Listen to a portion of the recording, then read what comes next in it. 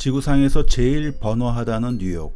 이곳이 먼 미래엔 어떤 모습으로 변할까요? 영화 제5원소를 보면 그 질문에 대한 상상이 펼쳐집니다. 바로 2259년의 뉴욕입니다.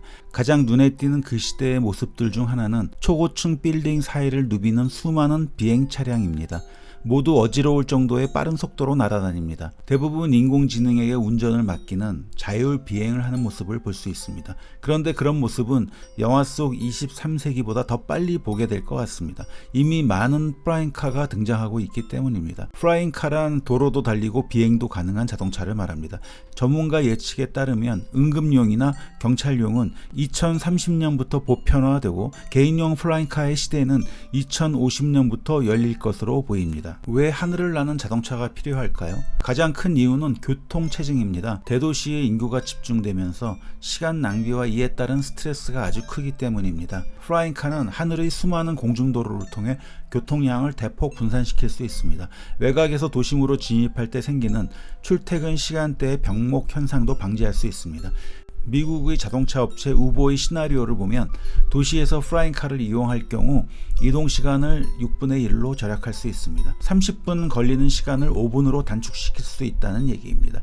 그런데 이런 플라잉카를 쉽게 운전할 수 있을까요? 경비행기만 하더라도 이를 운전하고 자격증을 따는 게 쉬운 일은 아닙니다. 결론부터 말씀드리면 요즘 개발되는 대다수의 플라잉카들의 운전은 어렵지 않습니다. 면허증이 필요 없는 경우도 많습니다. 개발 관련 뉴스들을 보면 운전대에 착석한 지 몇 분 만에 날았다는 기사들을 쉽게 찾아볼 수 있습니다. 아무튼 운전 때문에 지레 겁먹을 필요는 없어 보입니다. 게다가 자율 비행이 보편화되면 운전대를 잡지 않아도 됩니다. 우리는 조만간 빌딩, 옥상 등 도심 상공에 생겨난 수많은 에어터미널을 보게 될 것 같습니다. 플라잉카는 크게 두 종류로 나뉩니다. 수직 이착륙을 할 수 있는 VTOL과 경비행기형입니다. VTOL은 드론형이라고도 불리는데 활주로가 필요 없고 소음이 적으며 전기로 작동합니다. 개발된 VTOL 중 유명한 것은 오프너사가 개발한 1인용 블랙플라이입니다. 8개의 회전 날개를 사용해 수직 이착륙을 하는데 배터리 충전 후 약 40km를 날 수 있습니다. 누구나 쉽게 조종할 수 있으며 조종 면허가 따로 필요하지 않습니다. 최근 미국 연방항공청의 비행 승인을 받은 플라잉카 알레프 역시 8개의 회전 날개로 부양하는데 도로 위에선 321km까지 주행할 수 있고 비행으론 177km까지 날아갈 수 있습니다. 2명까지 탈 수 있으며 가격은 약 4억 원입니다. 최근 현대 자동차가 자동차 지붕에 커다란 드론 날개를 부착한 코믹 만화에나 나올 법한 플라잉카를 미국 특허청에 출원해 화제가 됐습니다. 지상에선 자동차가 드론을 운송하고 공중에선 드론이 자동차를 운송하는 방식입니다. 개발자들은 두 가지 특성을 결합한 이 자동차가 매우 실용적이라고 강조합니다. 짧은 활주로가 필요한 경비행기형 플라잉카는 일반적인 비행기와 유사합니다. 착륙 후에 일반 자동차처럼 도로를 달릴 수 있다는 점이 다릅니다. 최근 동유럽 슬로바키아에서 개발한 에어카란 이름을 가진 플라잉카는 도로를 달리다가 전환 버튼을 누르면 접힌 날개가 펴지면서 3분 안에 비행기로 변신합니다. BMW가 제작한 가솔린 엔진을 장착하고 있으며 시속 약 160km 이상의 속도로 최대 5.4km 고도에서 비행할 수 있습니다. 다만 이 플라잉카를 몰려면 조종사 면허가 필요하다고 합니다.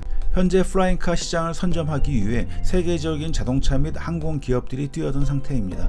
플라잉카 개발에 있어서 가장 난제인 배터리의 성능을 높이기 위한 경쟁도 치열합니다. 테슬라의 앨런 머스크는 플라잉카용 배터리의 에너지 밀도가 전기 자동차용 배터리보다 2배 높아야 한다고 주장한 바 있습니다. 에너지 밀도는 단위 무게나 부피당 저장된 에너지의 양을 의미합니다. 즉 배터리 1kg 혹은 배터리 1세제곱미터 안에 얼마만큼의 에너지를 저장할 수 있느냐 하는 것으로 배터리 기술 발전에 있어서 가장 중요한 요소입니다. 각 제조사에서 만드는 배터리들의 성능을 비교하는 가장 중요한 기준이 에너지 밀도입니다. 전문가들은 향후 누가 더 성능 좋은 배터리를 선점하느냐에 따라 플라잉카 개발의 성패가 갈릴 것으로 봅니다.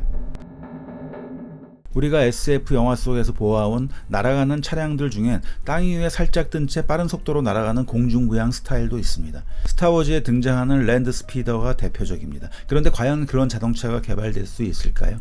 일반적으로 그와 같은 공중부양 비행은 반중력을 이용합니다. 반중력 엔진이 필요하다는 뜻이죠. 반중력이란 중력의 영향을 받지 않는 상태를 말합니다. 그런데 실제로 중력 자체를 없앤다거나 약화시키는 것은 과학적으로 불가능합니다.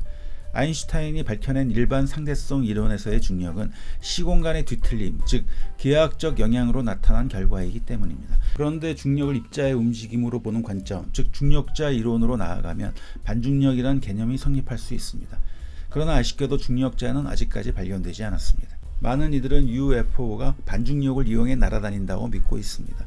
음모론자들은 추락한 UFO의 반중력 엔진을 역설계하여 이를 똑같이 만들어낸 개발자들이 있다고 주장합니다. 그런데 반중력이란 청정 에너지의 등장을 막으려는 석유 회사들의 방해로 그 엔진과 관련된 모든 것이 묻혀버렸다는 것입니다.